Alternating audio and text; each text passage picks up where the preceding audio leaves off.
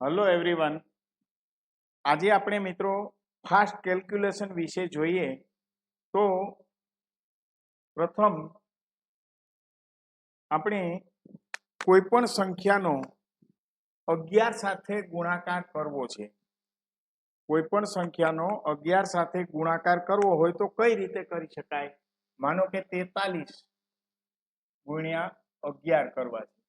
તો ફાસ્ટ કેલ્ક્યુલેશનમાં આપણે શું કરીશું કે પેલા 4 અને 3 એને દૂર દૂર લખી લો. પછી આ 4 અને 3 નો સરવાળો કરો. 4 ને 3 7. તો 43 ગુણ્યા 11 કરશો તો જવાબ આવશે 473. આ રીતે 11 સાથે ગુણાકાર કરવાથી આ રીતે ફાસ્ટ આપણે ઝડપથી ગણી શકીએ છીએ. ત્યાર પછી તમે એક જોશો કે માનો કે 16 નો વર્ગ કરવો છે. તો મિત્રો આ ટાઈપની વર્ગ કરવાની શ્રેણીમાં તમે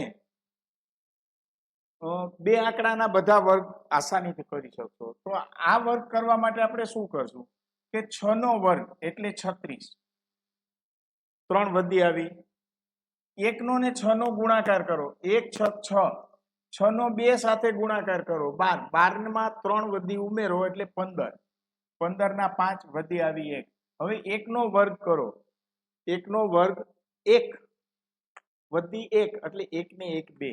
તો જોશો કે 16 નો વર્ગ છે એ 256 થાય છે. આવી રીતે આપણે 999 સુધીના વર્ગ જુદી જુદી ટ્રીકથી કરીએ છીએ. આને મેથેમેટિક્સની શોર્ટ ટ્રીક કહેવામાં આવે છે. ત્યાર પછી આપણે એક બીજો જોઈએ કે કોઈ પણ સંખ્યાનો 99 સાથે 999 સાથે કે 9999 સાથે ગુણાકાર કરવો હોય તો એકદમ એની શોર્ટ ટ્રીક છે કે માનો કે 73 ગુણ્યા 99 છે. તો સૌ પહેલા આપણે શું કરશું કે 73 માંથી એક બાદ કરો એટલે કેટલા આવી ગયા 72. હવે 99 માંથી આ 72 ને બાદ કરો. 99 માઇનસ 72 72.